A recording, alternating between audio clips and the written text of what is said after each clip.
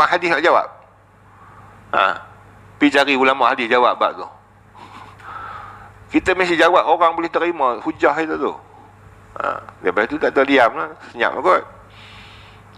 Kata hang hairat bawa pergi kat PTA, ketuk kepala sikit tu kursi tu. Mana boleh, itu istihad lah. Tak kisahlah kalau dia ada alat kompas dia sendiri. Dia beli mana mereka punya ke benda ke. Dia kata saya punya baca macam ni. Kau suka hang lah. Ada alat istihad. Dalam buka alif falak lah tu. Okey, hafiz Quran sekira-kira jangan lebih daripada 2 marhalah. Kalau ikut. Satu marhalah sini dengan Hutan Melintang boleh join sekali lah. Tapi kalau ikut dah 2 daerah ya. Jadi satu daerah lah sekurang-kurangnya. Dan tiap-tiap satu musafah udu, satu qadi. Boleh kita kata ni distrik, musafah udu ni. Kena ada satu negeri, satu qadi. Sebab tu dalam daerah distrik ada seorang qadi. Sekarang tak ada qadi, PTA. Habis qadi siapa dia? Hakim tu. Di dalam bidang tu bagi 2 dah. PTA adalah pentadbir, hanya pentadbir. Kemudian kerja qadi untuk menghukum orang, jatuhkan hukum, dah jatuh pada hakim. Jadi hakim tu tak boleh panggil qadi, dia cuma badal qadi. PTA pun tak jadi qadi dah, dia cuma pentadbir. Hakikat berkuasa siapa? Ulul amri. Mereka ni badal lah, ganti ulul amri. Betul semua qadi ni kuat tu. Sebab apa tak lama qadi? Kata boleh qadi. Sebab kalau ikut hukum fiqh, qadi ni mujtahid. Mufti mujtahid, qadi pun mujtahid. Mufti ni dia keluar fatwa. Dia hanya keluar fatwa. Haram halal haram. Tapi tak jatuhkan hukum. Mufti tak jatuhkan hukum. Macam misal kata bab jinayah. Bab jinayah lalu hukum nikah, hukum cerai apa semua tu jinayah. Yang menjatuh hukum adalah qadi. Cerai kata dia. Dia mesti mujtahid. Dia kata putus cerai ke fasah ke apa tu, dia yang jatuhkan hukum. Hukum tu yang susun mufti. Contoh itu. Kitab ulama yang karang. Ulama karang hukum. Yang jatuhkan hukum qadi. Maka qadi ni mesti mujtahid. Okey, jadi sekarang ni qadi tak mujtahid dah. Hakim mujtahid tak? Hakim pun dia pakai taklid kepada undang-undang syar'i yang telah dibentuk. Dia cuma pembaca undang-undang. Dia jatuhkan hukum atas dasar undang-undang lah. Jadi kalau kita kata mujtahid pun mujtahid sikit lah. Bab tu je lah. Bab menjatuhkan hukum talak ke tak talak, kena bayar ni kena ikut enactment undang-undang. Balik pada kitab fiqh dia pun jam. Tak boleh. Jadi sebab tu panggil hakim, bukan qadi. Hakim ni jatuhkan hukum je lah, apa yang ditetapkan oleh enactment. Okey. Dan lupa bagi Quran itu setengah daripada dosa besar ni. Jaga-jagalah. Kena peringat orang yang hafaz Quran, yang buka ma'at tahfiz, anak-anak murid tu, Kami dulu, saya sebelum pergi Mesir, guru kami tu seorang, dia mengaji lanai. Kemudian dia syahadah. Dia pernah mengaji Sungai Bakap sekejap, ambil syahadah. Kemudian dia pergi ke mana lagi? Dia pergi Mesir. Balik pada Mesir, dia tak ada kerja, dia duduk di pondok Sungai Bakap mengajar. Dia pesan kami. Dia kata, saya dulu hafal Quran, baca lupa habis. Besar-besar. Tak berdosa dia kata, sebab saya niat tu bukan niat hafal, niat lancar. Saya pun masuk-masuk Mesir, niat lancar. Tak niat hafaz, niat melancarkan bacaan. Sebab kalau niat hafaz, lupa satu ayat, dosa besar. Dia wajib ingat balik. Wajib dia macam wajib dirikan semayang. Tak boleh tangguh. Dia kena hafal sampai ingat, boleh berhenti makan berak lah. Bekerja makan berak, tengok TV haram, main dengan bini haram. Tu dia. Jadi sebab tu kena bagi tahulah, jangan niat hafaz. Itu je nak helah fiqah lah. Tidak berat lah. Dan jika lupa itu kerana uzur sekalipun, tak boleh. Dah uzur lah, terlupa. Dia kena usah je bagi ingat sekadar yang boleh. Seperti sakit. Dan membimbangkan dengan fardu ain. Dia duk sibuk menghafal kitab Nahu, Sorok, apa semua kitab fiqh, dia tertinggal Quran. Ya, lupa habis Quran. Lepas tu kadang-kadang budak yang masuk Mahatafiz ni, kadang-kadang budak buah. Tu yang kesian tu, dia budak buah. Memang tak boleh baca Quran, kadang tak boleh baca, boleh sikit-sikit, minat pun tak ada. Suruh dia hafal Quran, apa dia berlawan dengan nafsu dia. Ya, hati tak mau, kena hafal juga. Esok kena tasmid, tak boleh kan. Kalau tasmid pergi tak boleh. Akhirnya dia pun dah jemur, berhenti tu dia lupa habis ayat Quran tu, jadi nakal, jadi jahat tu kan. Sebab tu lah dia berlawan, dia jadi berdosa tinggal Quran tu. Sekalipun. Dan dhabitnya, ni kalau orang tanya bab hafaz Quran, lupa Quran, setakat mana yang dia katakan lupa tu jatuh haram. Bukan main kata lupa haram. Oh, senanglah hukum haram. Lupa lah, haram jatuh, pergi kapal balik. Dhabitnya yang katakan haram tadi, bahawa kurang bacaan ni barang yang ada ia membaca akan dia atasnya. Kalau dulu dia katakan dia hafal 1 juzuk ke 2 juzuk ke, dia tak boleh baca dah sejuzuk dengan 2 juzuk. Kalau ayat pun tak habis. Okey. Dan jikalau melihat pada mashaf sekalipun, dia tak boleh. Tengok mashaf pun tak boleh. Jadi kalau orang yang boleh tengok mashaf, dia ingat gugur hukum dosa tu. Jadi dia memang lupa, tapi dia tengok mashaf, dia ingat. Tutup balik, baru dia boleh lancar balik. Orang macam ni dia tidak berdosa. Sebab dia bila tengok balik dia ingat. Yang tak boleh ni lupa langsung, tengok mashaf pun dia lupa. Dan setengah daripadanya mendirikan dalil yang menunjukkan atas keadaan Tuhan yang menjadikan makhluk. Fardu kifayah. Dia masuk fardu kifayah dah kadang ni. Belajar mengenal Tuhan tu wajib ain. Macam mana nak bawa dalil kata kenal Allah tu? Dirikan dalil akli tu, fardu kifayah. Maka termasuk jugalah kalau kita bolehnya kita letak susunkan dalil akli itu yang bersesuaian dengan masyarakat hari ni. Kita tua ni orang tak nak pakai lah, susah sungguh ni. Orang pondok ni dia tumpu pada kitab tua ni sebab barakah kitab tua tu. Kalau baca kitab moden, walaupun dikarang sendiri, dia jadi hambar. Tukang karang tu boleh jadi ikut seronok lah, dia karang sendiri. Orang yang baca tu akan jadi hambar, barakah tu tak mengalir. Jadi lepas tu asatizah hari ni dia kena balik pendekatan baru lah untuk sampaikan ilmu sifat 20 ni. Dengan terlampau strict, syadid, macam kita buat kursus hari tu kan. Bagi keterangan yang dekat dengan orang, bagi faham. Benda-benda rumit yang halus-halus lah, ilmu tauhid tu tak payahlah bangkit jadi celaru. Orang jadi menyampah. Malas aku nak mengaji. Ustaz ni kata gini, ustaz ni kata gini. Akan tak tahu benda macam ni jadi kafir terus dah. Lagi pula tuduh dia berkafir, lagi berlari terus. Dia tu belah-belah utara tu, ni tak kenal ni, mustahil dengan istihalah pun tak kenal mana satu. Mustahil pun tak tahu, istihalah pun tak tahu, kapiah lah. Anda buat pada tu orang tak nak mengaji lah. Dia jadi salah kalau tak faham, dia buat i'tiqad sendiri, tu jadi kafir. Kalau dia memang jahil, dia bertahu yang dia tahu wajib Allah Ta'ala berkuasa, lawannya lemah. Dah lah memadai lah dia Islam mukmin. Mustahil salah, aku tak tahu dia tu. Itu bukan masuk fardu ain, fardu kifayah. Nak bezakan istihalah dengan mustahilah. Ya, dia tahu dah lawan pada sifat Allah tu lemah, tak boleh dah, cukup untuk orang awam.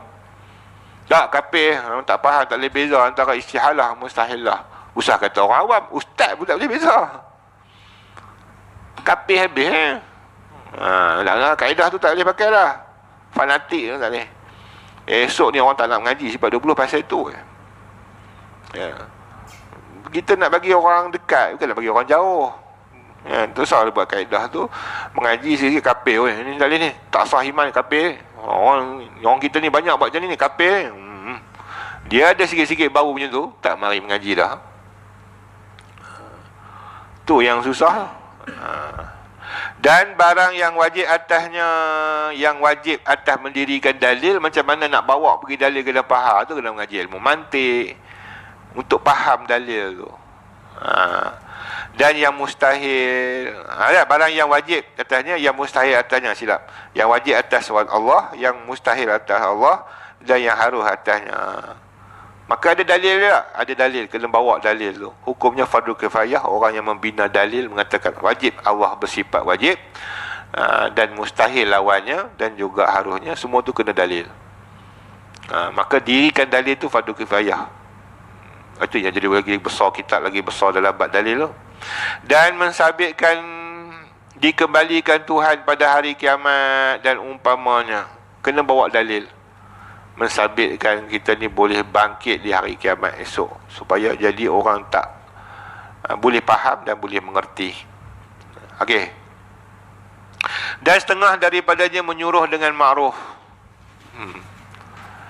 Ada kawan dulu silap terjemah, buat tazkirah, dia bukan buat usrah, selalu buat usrah, buat tazkirah di Mesir. Dia kata kita ni beranak je, bangun-bangun beranak je, wajib kita berdakwah dia. Lah, dia ni baca ayat Quran tak mana, wal takum minkum ummatun yad'una ila khair. Hendaklah kamu, daripada kamu, ya, minkum daripada kamu, ummatun, satu umat yang menyeru pada kebaikan. Maka dia kata kita ni umat Islam, maka kita beranak je wajib dah. Itu dah lari pekah dah. Masa beranak tu mana reti apa lagi, mana jatuh wajib. Satu. Yang kedua, wal takum minkum. Mana letak min? Tu orang nahu kata macam tu. Min litab'in. Min tu maknanya sebahagian, bukan semua. Jadilah sebahagian pada kamu, minkum. Ummatun, satu umat. Umat tu yang umum, sebahagian daripada umat. Nisbah tu. Okey, umat tu yad'una ila khair, yang menyuruh pada kebajikan. Jadi bukan semualah. Dia kena tepat, hukum ni kena tepat, jangan merapu. Merapu, kalau hang terror macam mana tersilap merapu, orang dah tinggal. Di sini kita pekah terang-terang, dia kata nahi mungkar, amar ma'ruf nahi mungkar tu fardu kifayah. Okey, pada barang yang diiktikadkan oleh orang yang disuruhkan ma'rufnya dan mungkar.